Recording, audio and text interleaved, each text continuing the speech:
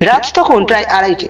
বীরভূমের লালমাটির বুক চিরে পিচ ঢালা রাস্তাটা সাপের মতো এঁকে বেঁকে চলে গিয়েছে দুবরাজপুরের দিকে। লরির ড্রাইভার রহমত স্টিয়ারিং এর শক্ত মুঠোয় ধরে বসে আছে। ট্রাকে বোঝাই করা রয়েছে সিমেন্টের বস্তা। পাশে তার খালাসি বিশু অঘোরে ঘুমোচ্ছে। আহমেদপুর স্টেশনের কাছাকাছি আসতেই রাস্তার দুপাশে ঘন জঙ্গল আর ঝোপঝাড়ের আধিপত্য বাড়তে লাগলো।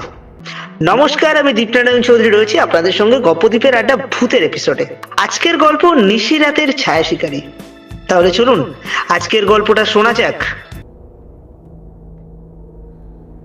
ফাঁড়ির সামনে আসতেই রহমত খেয়াল করলো 3-4 জন পুলিশ কনস্টেবল রাস্তার মাঝখানে একদম পাথরের মূর্তির মতো দাঁড়িয়ে রয়েছে। তাদের পরনে সেই পুরনো আমলের খাকি উর্দি। রহমত লরিটা প্রায় থামিয়ে দিয়েছিল, এমন সময় তার নজর গেল একটা অদ্ভুত জিনিসের দিকে। হেডলাইটের তীব্র আলো ওই পুলিশগুলোর ওপর পড়লেও রাস্তার পিচের ওপরে কোনো ছায়া পড়ছে না।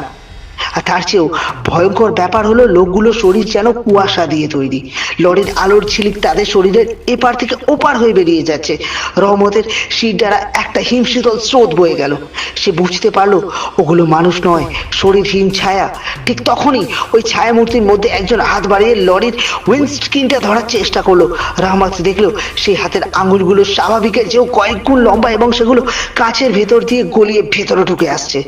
এক মুহূর্তের জন্য দেরি না করে রহমত আর্তনাদ করে গিয়ার বদলে এক্সিলারেটরে সজোরে চাপ দিল। লরিটা এক হ্যাচকা টানে গোঙানি দিয়ে ছায়াগুলোকে ছিটকে বেরিয়ে গেল।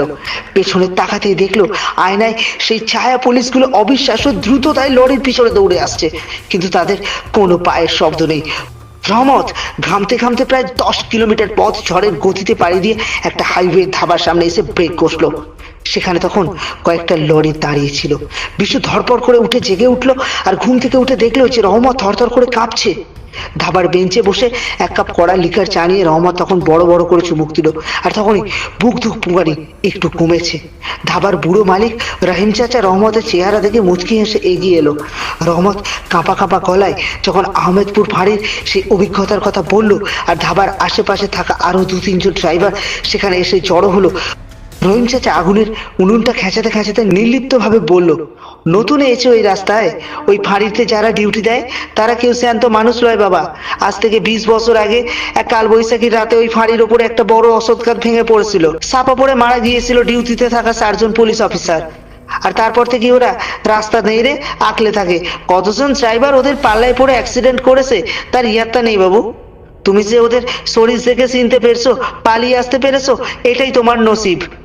রহমত বুঝতে পারলো আজ এই রাত্রে তার উপর দিয়ে যমরাজ ঘুরে গেছেন। সেই ভোরের আলো ফোটা না পর্যন্ত আর স্টিয়ারিং হাত দেওয়ার সাহস দেখালো না। তারপর থেকে ওই রাস্তা দিয়ে আর কখনো রহমত আসেনি। বাংলার বুকে ছড়িয়ে রয়েছে এরকম অসংখ্য কাহিনী। যদি আপনারাও আপনাদের পরিচিত কোনো জায়গার সত্যি ঘটনা জানাতে চান তাহলে অবশ্যই আমাদের মেল করতে পারেন। আমরা সেই গল্পটা তুলে ধরার চেষ্টা করব।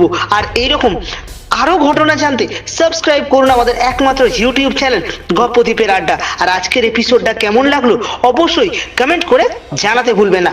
ভালো থাকুন, সুস্থ থাকুন, দেখা হচ্ছে পরের একটা এপিসোডে আপনাদের সাথে।